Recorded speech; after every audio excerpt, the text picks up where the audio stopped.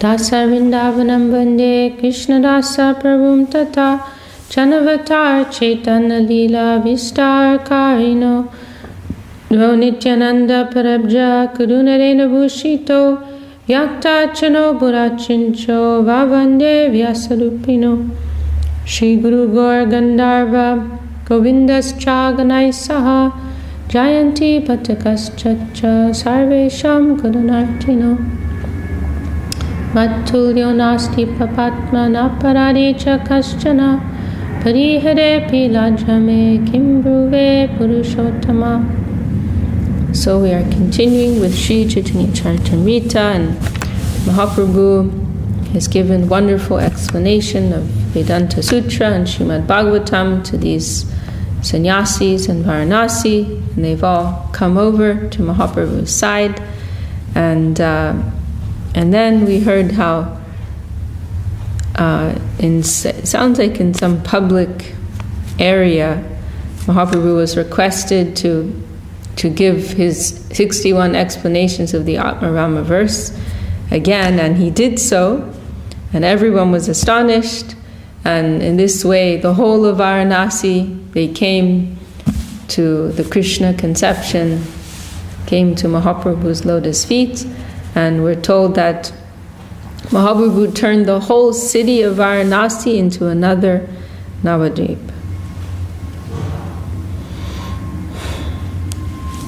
Okay, so let's see, where should we pick up again? Okay, thank you, Didi.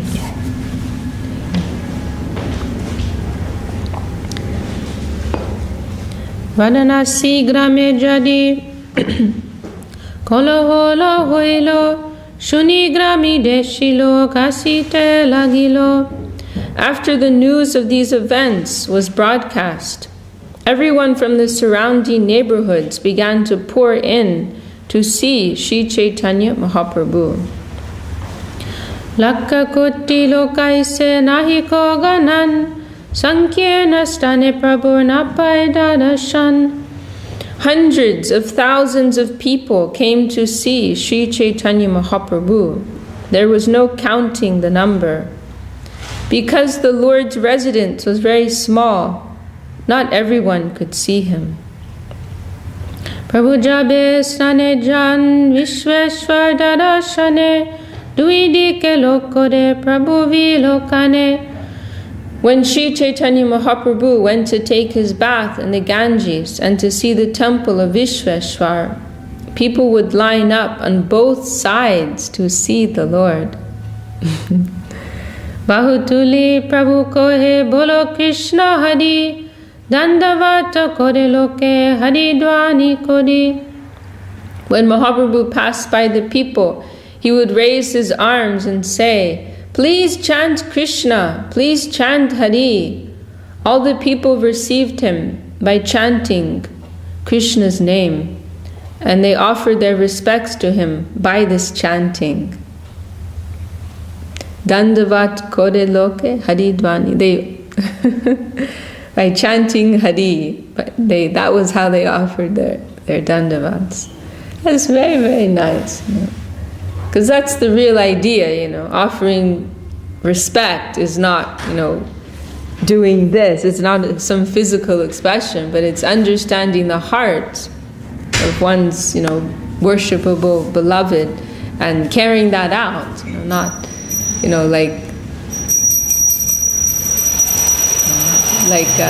Srila Charjamar, she would talk about how a lot of these simple villagers, they're in India, they're stuck in their own conception, and they're thinking, oh, a sadhu, and they're going and they're doing this whole dandavat thing, but they're not listening to anything in the talk. They're not following anything in the talk, and they may go out and do something exactly contrary to what they were advised. So, the point being that it's meant to be a conscious, heart cultivation. And in doing that, one may even disregard certain, normal formalities. Because the idea is understanding the heart of one's object of worship, and sincerely, in a heartfelt manner, trying to carry that out. Like Madhya Maharaj told of Gurudev, he's a Paramahamsa. He's always trying to make us see the substantial side of things. And so Madhya Maharaj told of one servitor who Gurudev, one of his personal servants, I don't know which one, Gurudev called him, and he came and he gave his dandavat, and then Gurudev asked him for a glass of water, then he gives his dandavat again, and then he goes, and Gurudev says, I just wanted a glass of, what's the need of doing dandavat? I just asked for a glass of water. Like, it's not like every moment of the day, every word I speak, you have to come and offer dandavat. It's like, getting too stuck on the formal and reverential side of things. But the real idea is understanding the heart, what's really necessary. And in doing that, there's no need. There may be in some occasions, but so this is the point about Vrindavan. There's no need for all this formality. Oh, you are God. But when one's heart is fully given over to the Lord, then all these things, they're not so important anymore. There's no separation here. I am for you.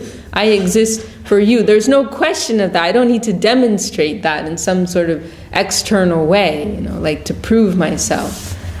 There's no question of any separate existence for me. I exist for you. I don't need to demonstrate that. So like we saw, or we've heard, Srila Gurudev, in his dealings with Srila Sridhar Maharaj, it could even appear a little irreverent sometimes, the way that Gurudev would relate with him at times.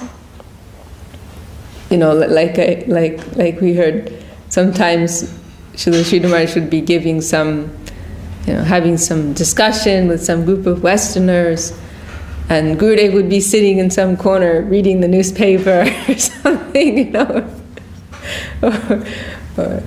things like that. He wasn't, or like Ashram Maharaj, I think it was Ashram Maharaj who told me when he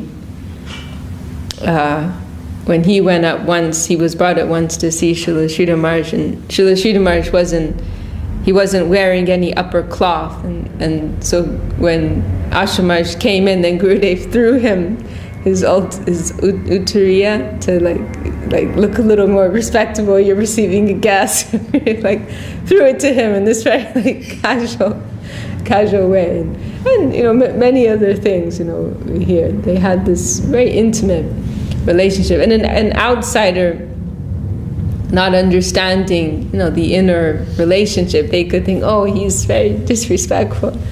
But Gurudev, he already, his whole life was for his Guru Maharaj, cent per cent. Every breath that he took, there was no question of that. When there's, like in a family, because there's this deep intimacy and understanding amongst one another, then they tease each other, right?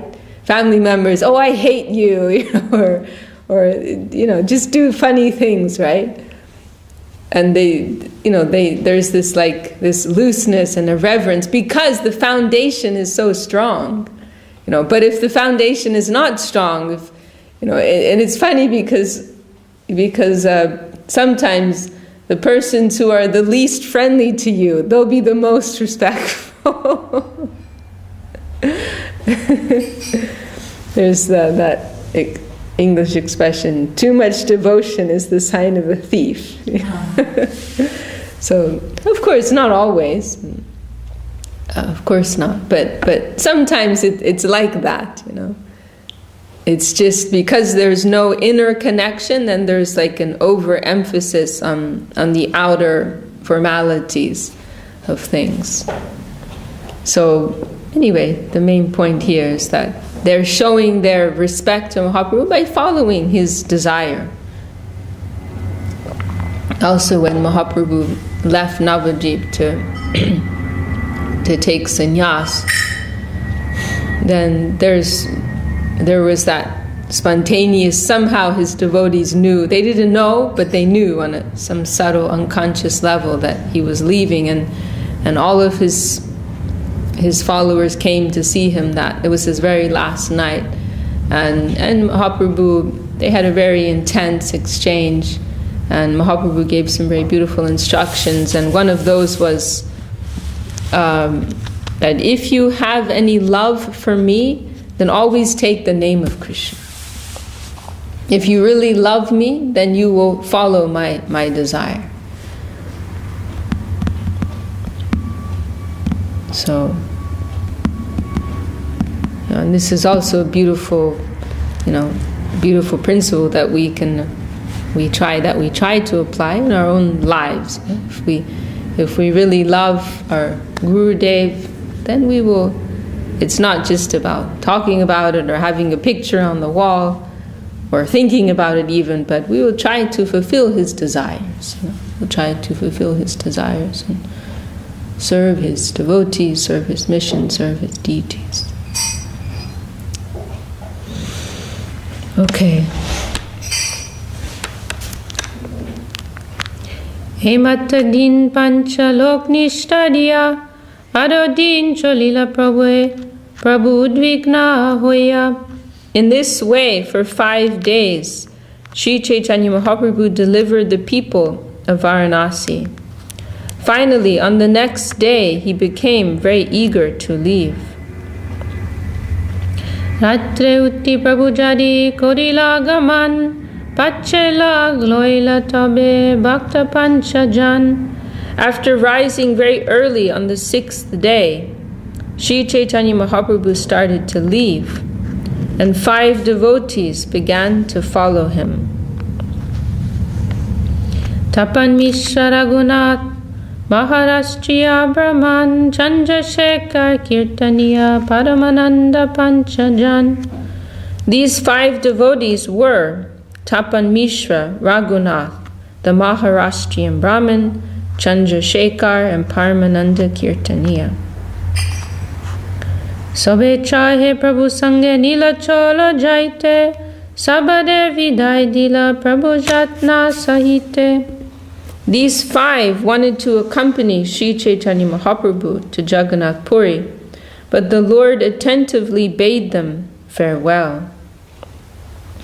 Jar icha pache aisa made dekite, ebe ami eka jamu jari kandapate. Mahaprabhu said, if you want to see me, you may come later, but for the time being, I shall go alone through the Jarikanda forest. Sanatane kohila tumi jaha vrindavan, tomar dui bhai tata koriache gamam. Mahaprabhu advised Sanatan to proceed towards Vrindavan, and he informed him that his 2 brothers had already gone there. So Mahaprabhu had met with Rupa and Sanatan. They both, they left their government business. Rupa Goswami was heading to Vrindavan. He was thinking, because they'd heard Mahaprabhu was going to Vrindavan, so Rupa Goswami Sanatan Goswami, of course, ended up having to go to jail. He was imprisoned, but it was easier for Rupa Goswami to extricate himself. So he went towards Vrindavan to meet Mahaprabhu, thinking he would meet him there, but Mahaprabhu had left Vrindavan early because he was too ecstatic. So Balabhadra had taken him out early. He was becoming dangerously ecstatic. So he was going to bring him back to Puri, and they were in Prayag at that time. And they've just changed the name back. It was Allahabad all these years, but now recently they changed it. It's Prayag something. Is it Mahaprayag? The new name? I think yesterday Madhya Maharaj was talking about. Oh yeah? Mahaprayag. Maybe that's it.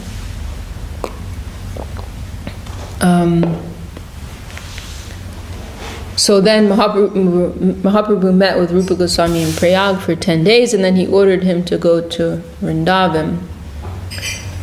And then Mahaprabhu continued on his way and reached Varanasi, And then Sanatana Goswami, by that time, he's coming to meet Mahaprabhu in Vrindavan also, but then he meets Mahaprabhu there in Varanasi and instructs him for 2 months. And then he tells him to go to join Rupa Goswami in Vrindavan to start his work.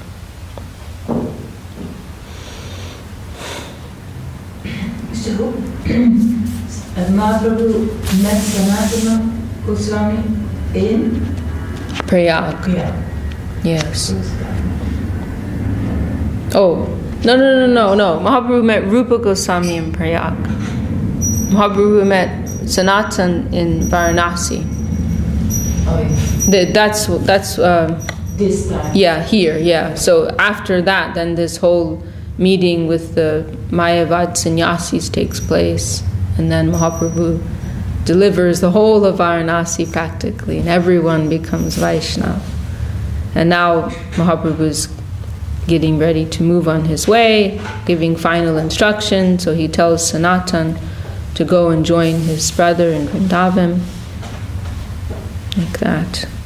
So this is at the end of those 2 months in Varanasi. Kanta karangi amor ganga bhaktagan Vrindavane aile tader koriho palan. Mahaprabhu told Sanatana Goswami, all my devotees who go to Vrindavan are generally very poor. They each have nothing with them but a torn quilt and a small water pot. Therefore, Sanatan, you should give them shelter and maintain them. It's so sweet, Yeah. Mahaprabhu has such personal care for his devotees. So he's giving this special service to Rupa and Sanatan. You take care of my devotees. I know I'm everything for them. They don't have much money. They're not so involved in the world. They don't have very much. So you please make arrangements to take care of them. And we saw that with Gurudev, how personal he was. How many times would he ask, is that devotee's room okay? Do they have everything that they need? And personally giving medicine. I mean, it's just so much. But this point about Rupa and Sanatan, Gurudev, he actually said that they established this practice of Madhukari in Vrindavan. Madhukari, you know this word Madhukari? Yeah. So it was Rupa and Sanatan who they established that, and they made it like an accepted practice in Vrindavan, so that any poor sadhu who came there, they knew they could just, if they needed some food, they could just go to someone's house and ask for something. It was something accepted, up until probably still today, I don't know. But when Gurudev went to Vrindavan with Srila Sridhar Maharaj, there were still Vaishnavas who were living like that. Yeah, and I saw on that main road, Lotus Step main road, where also Krishna Balaram temple is. And I saw a whole, and there are several places now in Vrindavan where they cook for the sadhus. And I saw a whole line of sadhus in saffron going to these places, where they cook for the sadhus. Beautiful. Yes, Prabhu. That inheritance from Sanatana Goswami left to the future generations and generations. Is it considered as part of the Sambandha, Hideo Prayojana? I mean, I think everything is covered, but there's more on the Sambandha side of things. Sambandha, yeah. So that's the wealth that Sanatana Goswami provided to poor, those who are poor and those who aspire to go. If we're talking substantially about what poor or rich means, then yes, absolutely. Yes, he's known as the Sambandha, Acharya of Sambandha camp. Yes. But on the practical side of things, it was Mahaprabhu's desire that his devotees would be cared for in a practical way. And Rupa and Sanatan, they gave soul nourishment, and they also gave body nourishment in order to facilitate the soul side of things. And actually, Gurudev also explained that Vrindavan at that time, it was not like a big pilgrimage site. I mean, it wasn't like a big pilgrimage destination. It was very undeveloped. There was a lot of forest, jungle, like that, and many of these holy places, the holy kunds and deities, they were all hidden, and it was. And no doubt that was mostly because of the Muslim rule at that time. So it was Rupa and Sanatan who revealed these lost, these hidden holy places, temples, kunds, and made Vrindavan into a place where pilgrims wanted to come. So the service that they did so valuable, and they would receive the Vaishnavas who came and took care of them.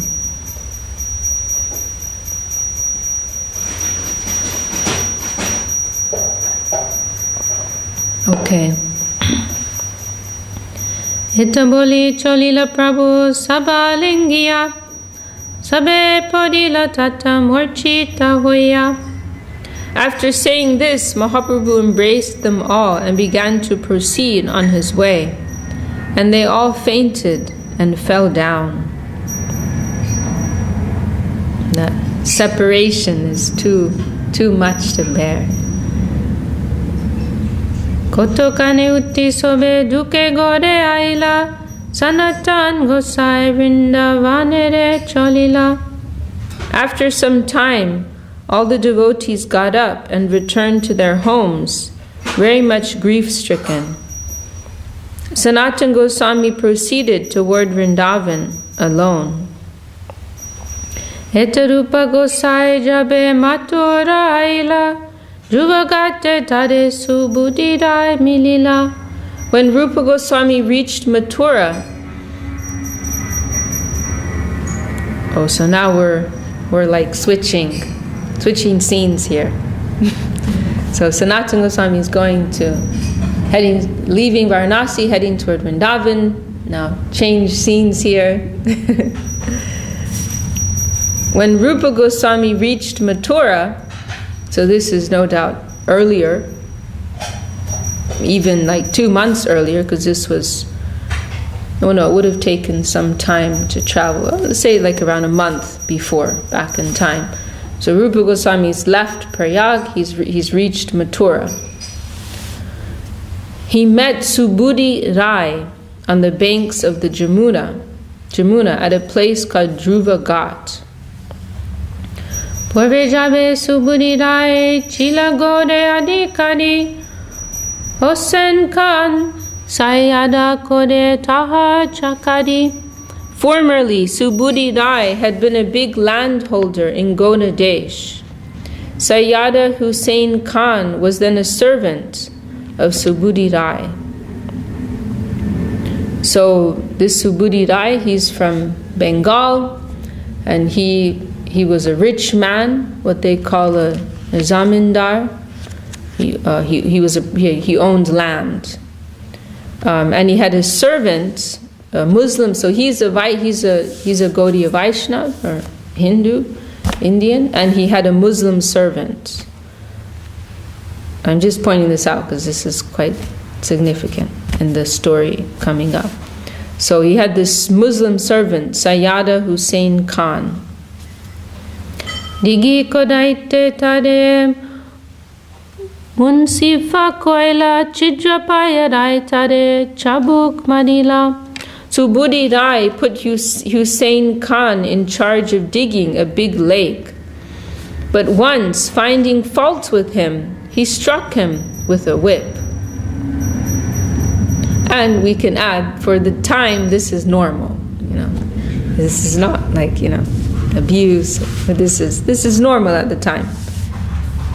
This is a normal way of correction. Pache jabe Hussein Khan gore raja hoilo, subudi rayereti ho bahu badailo. Later, Hussein Khan somehow or other was appointed Nawab by the central Muslim government.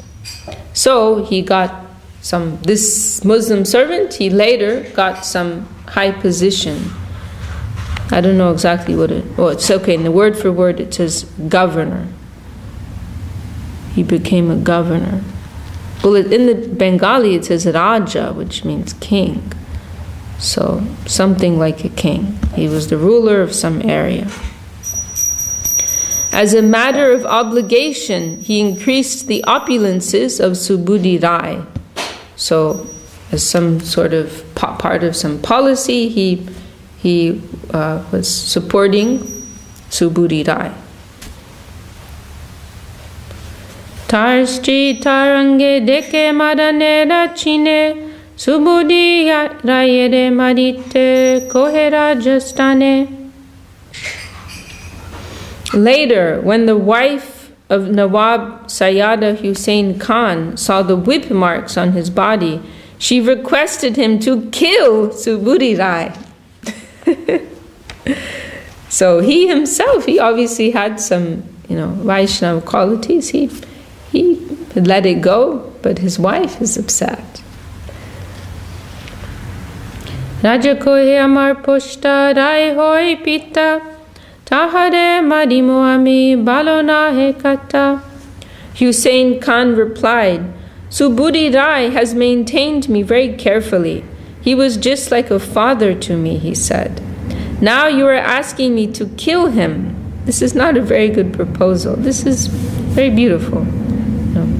And he can understand that even though he gave me that punishment, his mood was like a father towards me. Not that he, was out to get me, had some bad intention towards me, but his mood was like a father, and he took care of me so nicely. Stri kohe jati loho jadi pranena maribe, raja kohe jati nile ihona hijibe. As a last alternative, the wife suggested that the Nawab take away Subudhi Rai's caste and turn him into a Muslim. But Hussein Khan replied that if he did this, Subudhi Rai would not live. So, the wife said, okay, if you don't kill him, then at least turn him into a Muslim. Which, it sounds very silly to us nowadays, but at the time, these, cultural things were very strong. And that would be, if it was considered he was a Muslim, it would be like his life was over practically. And as we'll see, it was very easy to turn someone into a Muslim. It was ridiculous. What was the process of turning? You're going to find out. Srimadite chahe raja sankate porilo, kadonyar panita muke deo jailo. This became a perplexing problem for him because his wife kept requesting him. So this is nagging. To kill Subudhi Rai. Finally, the Nawab sprinkled a little water on Subudhi Rai's head from a pitcher that had been used by a Muslim. So just, taking a jug of water that had been used by a Muslim and sprinkling that on his head, that turned him into a Muslim. Ridiculous. And we heard stories also, I think at the time, more recently in the the whole division of India, the partition, and there was like heavy fighting going on between the Muslims and the Hindus, and I heard that some Muslims, they would force Hindus to eat meat, maybe cow meat, and that would supposedly, that would be considered, they were Muslim now, they were contaminated. So, very, very extreme. That was just recently? This was during the time of the partition, which is in the 40s, the 1940s. Yeah, I mean, nowadays, I don't know how much people follow all these things.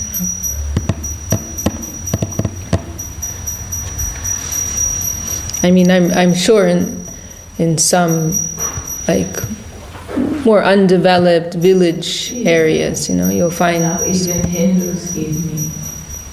Yeah, I mean, maybe it was cow meat. Maybe that they forced them to eat. Because, I mean, they've been eating meat for a long time. So, he sprinkled some water on his head and he became a Muslim. However, Subhuti Rai was very happy. Tobe Subhuti Rai se chadma apaya varanasi ailasa vishoy chadiya. Taking the Nawab sprinkling water upon him as an opportunity, Subhuti Rai left his family and business affairs and went to Varanasi. So he thought, this is a good excuse. Just like Mahaprabhu, when he was cursed by that Brahmin, you will lose your material life. And Mahaprabhu would say, yes, this is wonderful. So now he's considered to be an outcast from the Hindu societies, and he's very happy. This is a good excuse for him to leave all his family business affairs and devote himself to his spiritual practice.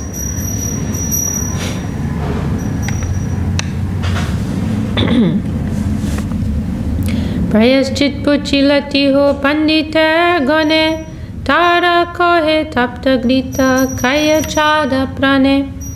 When Subhuti Rai consulted the learned Brahmins at Varanasi, asking them how his conversion to Islam could be counteracted, they advised him to drink hot ghee and give up his life. So it means boiling hot ghee that would kill him.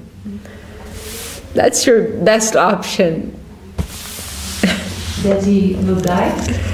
They're saying that the best thing for you to do is to kill yourself, and then you could be born a Hindu in your next life.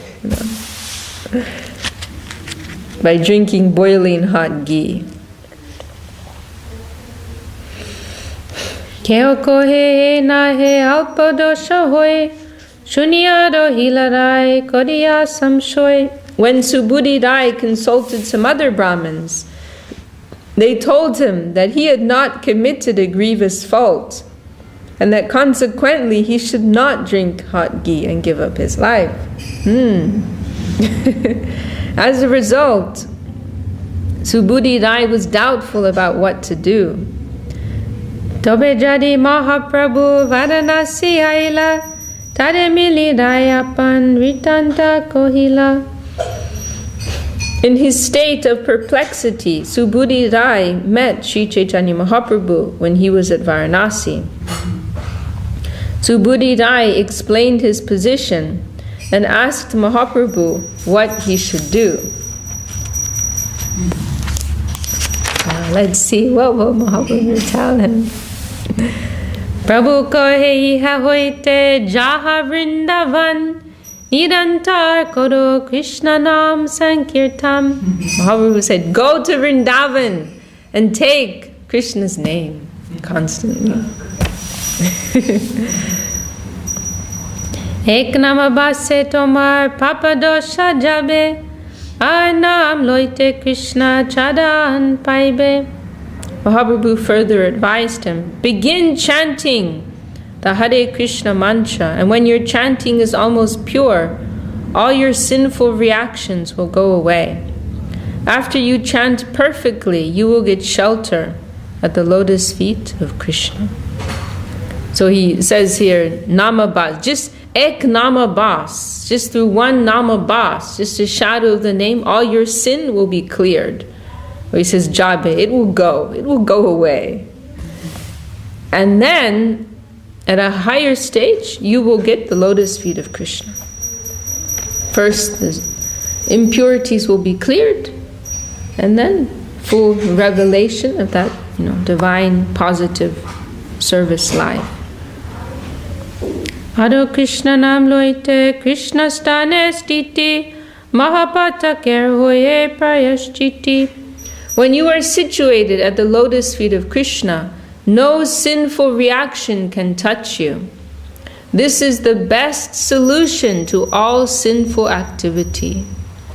Payagyarai vrindavanere cholila prayagayodhya dhya naimisharanyaila. Thus receiving the order from Sri Chaitanya Mahaprabhu to go to Vrindavan, Subudhi Rai left Varanasi and went through Prayag, Ayodhya and Naimisharanya toward Vrindavan.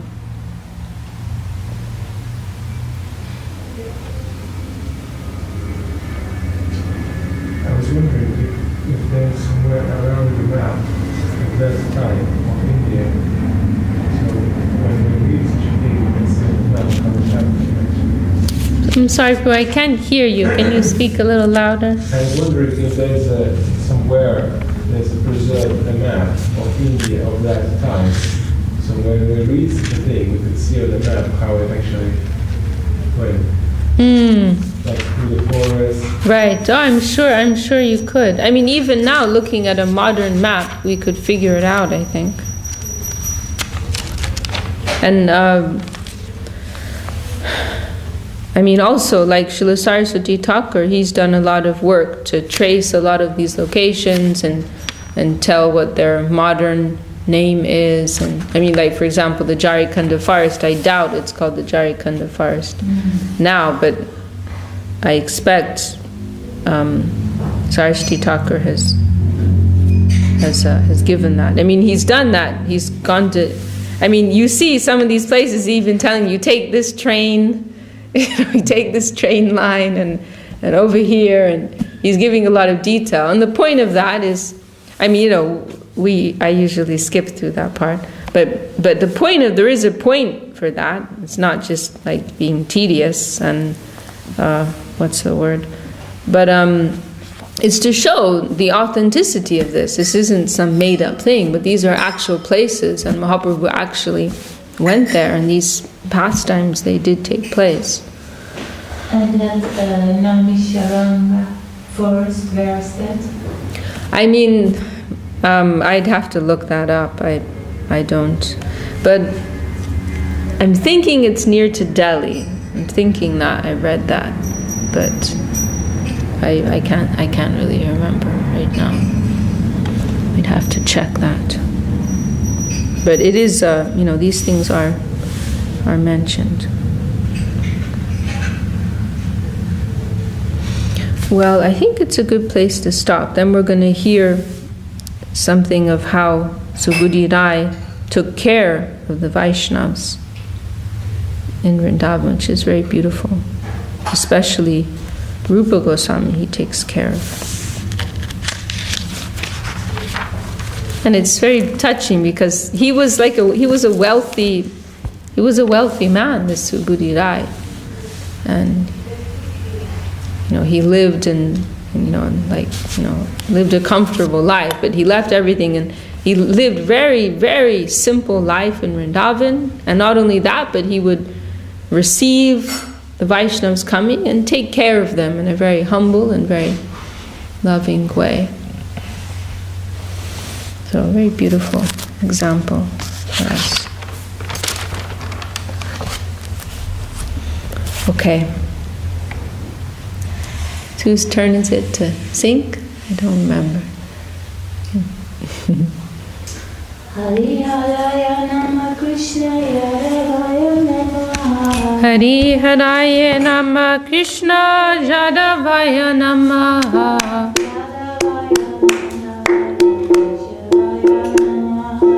Yadavaya Madhavaya Keshavaya Namaha.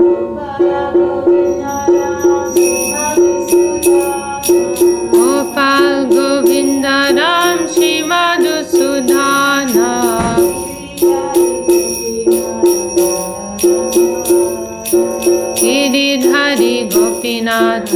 Madana Mohana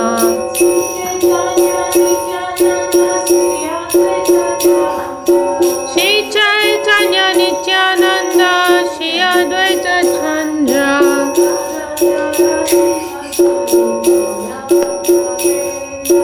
Gadadhara Shivasadi Gaur Bhakta Vrinda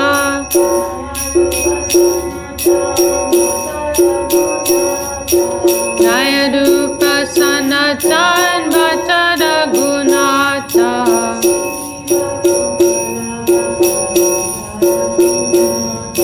Shri Jiva Gopala Bhatta Dasa Raghunatha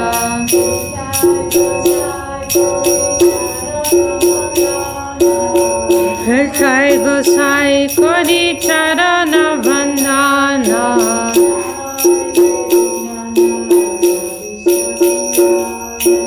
Jaha Hoite Vignana Shabishta Purana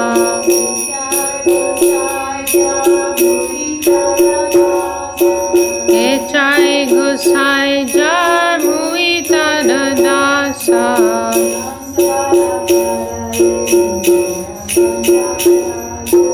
Sansabada Pada Denu Mura Panchakrasa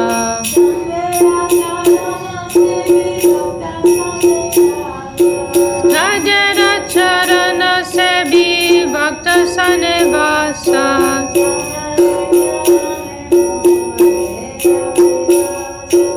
Janame Janame Mohe Abhilasha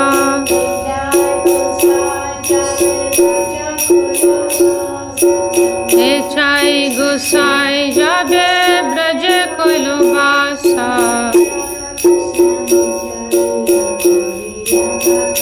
Shri Shri Radha Krishna Nitya Leela Kodila Prakasha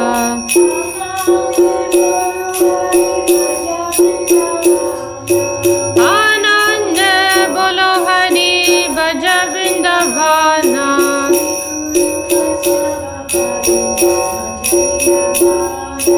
Shri Guru Vaishnava Pade Majai Amana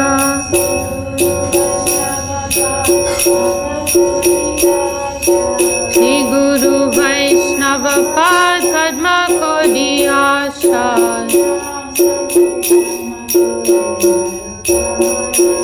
Hari Nam Sankirtan Kohe Narottama Dasa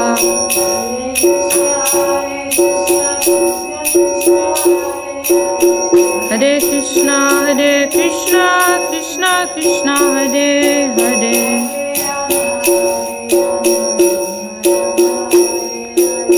Hare Rama, Rama Rama, Hare Hare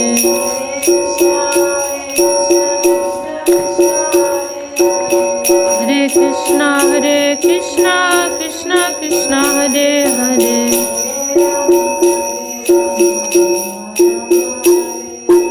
Hare Rama, Rama Rama, Hare Hare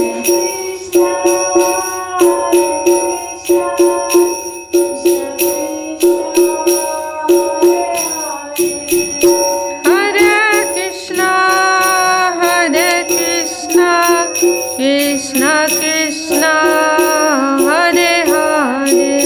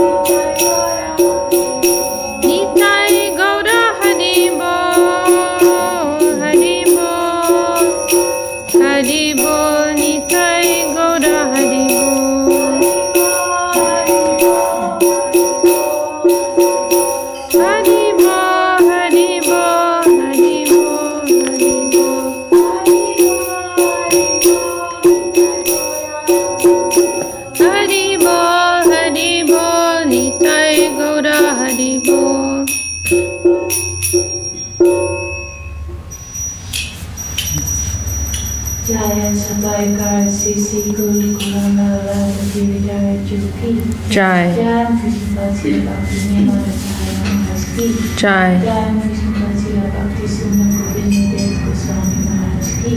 Jaya Krishna Bhaktila Bhakti Vaka Sila Dev Goswami Maharajki. Jai. Jaya Krishna Bhagavan Sila Bhakti Siddhanta Saraswati Thakur. Jai. Jaya Sriyukta Guru Bhakti. Jaya Namacharya Sila Haridas Thakur ki. Jai. Jaya Nanda Guru Vaishnava Vrinda ki. Jai. Jaya Sabhashad Simamata ki. Jai. Jaya Prem Sri Krishna Chaitanya Prabhu Nityananda. Sri Advaita Kalaya Sri Vasari Sri Gaura Bhaktivinoda ki. Jai. Jaya Sri Rupa Sri Sanatana Bhaktivinoda. Sri Jiva Gopala Bhaktivinoda Raghunath ki. Jai. Jaya Sri Sri Radha Krishna Gopa Gopinath. Shyama Kuna Radha Kuna Giri Govardhan ki. Jai. Jaya Bhakti Devi Vindali Tulasi Maharani ki. Jaya Ganga Yamuna Chiki. Jai. Jaya Sri Navadvitan ki. Jai. Jaya Sri Maya Pudam ki. Jai. Jaya Sri Purushottam ki. Jai. Jaya Sri Vrindavan ki. Jai. Jaya Sri Chaitanya Saraswati ki. Jai. Jaya Sri Chaitanya Saraswati plus one chapter ki. Jai. Jaya Samdvaita Gaura Bhaktivinoda ki. Jai. Harinam Sankirtan ki. Jai. Jaya Vishakha Devidasi ki. Grantarachima Bhagavatam Sri Chaitanya Charitamrita ki. Jai. Gaura Hari Hari Bol.